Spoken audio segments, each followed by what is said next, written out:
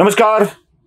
महाराष्ट्र आणि कर्नाटक या दोन राज्यांमधले वाद सर्वश्रुत आहेत, सर्वपरिचित आहेत. प्रत्येक ठिकाणी महाराष्ट्राची सीमा कर्नाटकाला जिथे जिथे लागली आहे तो भाग महाराष्ट्र कर्नाटकमध्ये असलेला तो आपला म्हणतो आणि कर्नाटक त्यावरचा दावा सोडायला तयार होत नाही. आचार्य अत्रेंच्या काळापासूनचा हा वाद सुरू आहे. बेळगाव मधला गाव हा शब्द मराठी असल्यामुळे तो आमचा असा दावा महाराष्ट्र करत होतं आणि त्यावरून कर्नाटक बेळ हा शब्द आमचा असल्यामुळे तो भाग आमचा असाही दावा करत होतं. तेव्हा आचार्य अत्रे सभागृहात म्हटले होते, असं झालं तर लंडन महाराष्ट्राचाच म्हणावा लागेल. यातला विनोद ज्यांना कळला त्यांना कळला, ज्यांना नाही कळला त्यांना मी समजावून सांगणार नाहीये. मंडळी, महाराष्ट्र आणि कर्नाटकाच्या मधला सीमावाद हा अनेक वर्षापासून चालू आहे. बेळगाव, धारवाड, निपाणी, भालकी, बिदर हा भाग तसा मराठी मुलकाचा आणि हा महाराष्ट्रात यावा यासाठीचा वाद सुरू आहे. हा नुसता भाषेचा वाद चालू नाहीये, तर पुढे अलमट्टी धरणामुळं पाण्याचा देखील मोठा प्रॉब्लेम होऊ लागलाय. पाणी तुंबू लागलंय आणि हे तुंबलेलं पाणी कोल्हापूर, सांगली या गावांना उद्ध्वस्त करू लागलंय. त्यामुळे अलमट्टीची उंची वाढवू नये अशी मागणी केली जाते आहे आणि त्या मागणीला कर्नाटक अजिबात भीक घालायला तयार नाही, कारण अलमट्टीचं पाणी कर्नाटकसाठी आवश्यक आहे. वाद अनेक आहे. कन्नड आणि मराठी या दोन्हीच्या मधला इतका वाद सुरू झालाय की तो जाळपोळीच्या पर्यंत गेलाय, नाव बदलण्यापर्यंतचा गेलाय. गुलबर्गाचं नाव सुद्धा बदलल्या गेलं, बेळगावचं नाव बेळगावी केल्या गेलं, अशी अनेक नावं आता बदलत जाऊ लागलेली आहेत. कन्नड हा मराठी माणसांचा, कन्नडी माणूस हा मराठी माणसांचा शत्रू वाटू लागलाय, किंवा मराठी माणूस हा कन्नड माणसांना आपला शत्रू वाटू लागलाय. या वादाच्या पार्श्वभूमीवर कर्नाटक आणि महाराष्ट्राच्या दोन राज्यपालांनी कोल्हापुरात एक संयुक्त बैठक घेतली आणि या बैठकीमध्ये या सगळ्या वादांवरती पडदा पडेल का, यातला काही मार्ग निघेल का, याची चर्चा सुरू केली. आणि त्यानंतर आमच्या बोलभांड मीडियाला एक विषय मिळाला की अशी बैठक राज्यपाल घेऊ शकतात का? राज्यपालांना हा अधिकार आहे का? राज्याच्या सरकारच्या अधिकारांवर राज्यपालांनी केलेला हा अधिक्षेप आहे का? एका त्या बीपी माझावाल्या चॅनलनी तर जाऊन चक्क पुन्हा घटना तज्ञांची भेट घेतली आणि त्यांना सांगितलं बोला.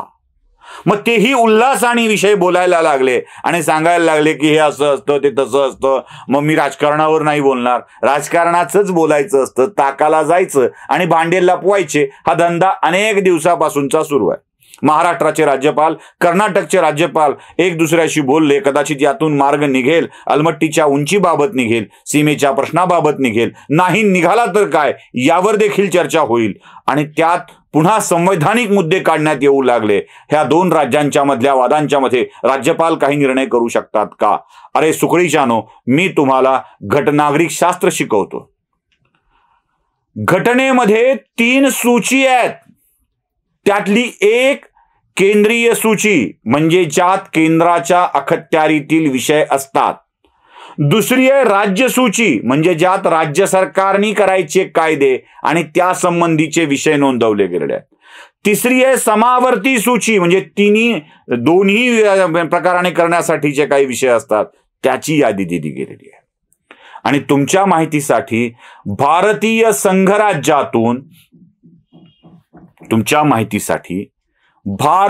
संघराज्यातून घटक राज्यांना बाहेर पडण्याचे, आपल्या सीमा निश्चित करण्याचे, दुसऱ्याच्या सीमेत जाण्याचे अधिकार अजिबात नाहीत. आलं लक्षात? उलट भारतीय संघराज्याला हे अधिकार आहेत की ते एखाद्या राज्याची पुनर्गठन करू शकतात, त्याचं विभाजन करू शकतात, त्याच्या सीमा बदलू शकतात, त्याचं पूर्ण राज्यात रूपांतर करू शकतात, अर्धराज्यात रूपांतर करू शकतात, केंद्रशासित प्रदेशात रूपांतर करू शकतात. जसं गोवा हे पूर्ण राज्य करण्यात आलं, जसं दिल्ली हे राज्य करण्यात आलं पण गृहविभाग देण्यात आला नाही, जसं राज्याचं केंद्रशासित प्रदेशात रूपांतर करण्यात आलं. जम्मू काश्मीर लडाख हे विभागणी करण्यात आली. जसं झारखंड राज्य बिहारमधून निर्माण करण्यात आलं, जसं उत्तराखंड राज्य उत्तर प्रदेशमधून निर्माण करण्यात आलं, जसं तेलंगणा राज्य आंध्र प्रदेशमधून निर्माण करण्यात आलं, जसं छत्तीसगड राज्य मध्य प्रदेशमधून निर्माण करण्यात आलं, तशा वेगळ्या राज्याची निर्मिती, त्याच्या सीमाची निश्चिती याचे अधिकार भारतीय राज्यघटनेमध्ये संघ राज्याला आहेत आणि त्याची मंजुरी ही संसदेकडून घ्यायची असते आणि तीच मंजुरी मान्य केली जाते. राज्याच्या विधिमंडळाने मंजुरी दिली नाही तरीही राष्ट्रपती आपला अधिकार वापरू शकतात.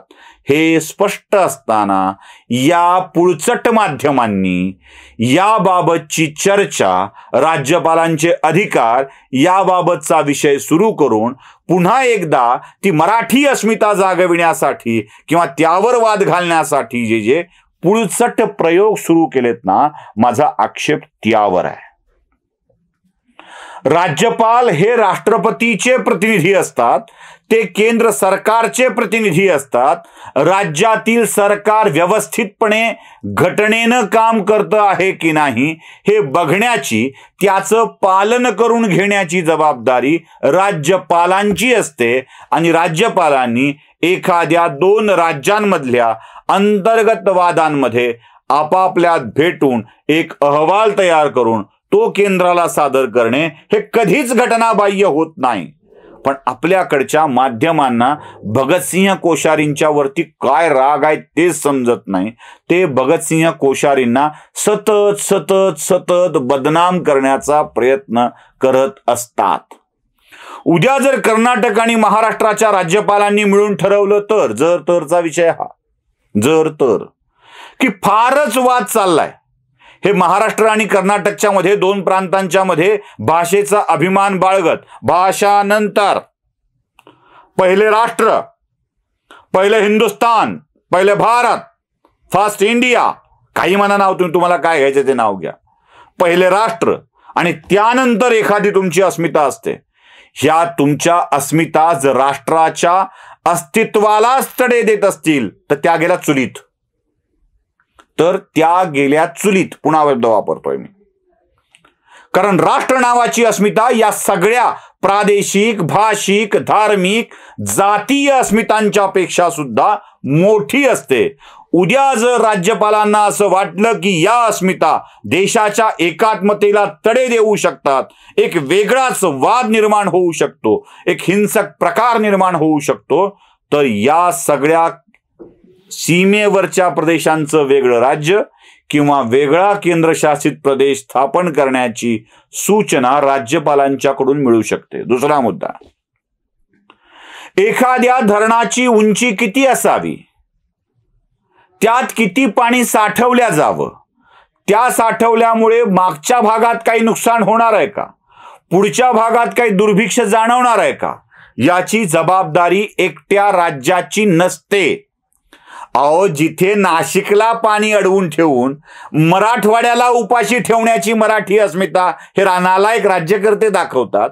सांगा तुम्ही मला, गोदावरी नदीवरच्या नाशिकवर एवढी धरणं बांधली की मराठवाड्यात पाणीच येत नाही, गोदावरीत पाणी सोडा अशी भीक मागावी लागते, तेव्हा कुठे उदारांतकरणानं नगर नाशिककर पाणी सोडतात आणि ही तुमची मराठी अस्मिता. नांदेड, औरंगाबाद, जालना हे सगळे जिल्हे पाण्यासाठी त्राहिमाम त्राहिमाम करत असतात. अहो, लातूरला उजनीचं पाणी द्यावं वाटत नाही पुणेकरांना, ही तुमची मराठी अस्मिता. पाण्यासाठी मोताज करणाऱ्या पश्चिम आणि उत्तर महाराष्ट्रातल्या लोकांनी आम्हाला मराठी अस्मिता शिकवायची. म्हणूनच या केंद्राकडे हे अधिकार आहेत की धरणं किती बांधली जावीत, किती उंचीची बांधली जावीत, त्याचं वाटप कसं व्हावं. आणि केंद्राचे प्रतिनिधी राज्यपाल आहेत म्हणून ते बैठक घेणार. बीपी माझा, काय जे तुमच्या डोक्यात आहे ना हे अस्मितेविषयीचं वादळ पसरवण्याचं, ते तुम्ही आरामात पसरवू शकता. पण लोकांना वस्तुस्थिती काय आहे ते माहीत आहे. उगाच त्या घटना सांगण्याचा उल्हास असणाऱ्या लोकांना गोंजारत नको ते विषय मांडण्याचा प्रयत्न करू नये, एवढीच विनंती मी करतो आणि पुन्हा एकदा सबस्क्राईब करण्याची विनंती करून थांबतो. धन्यवाद.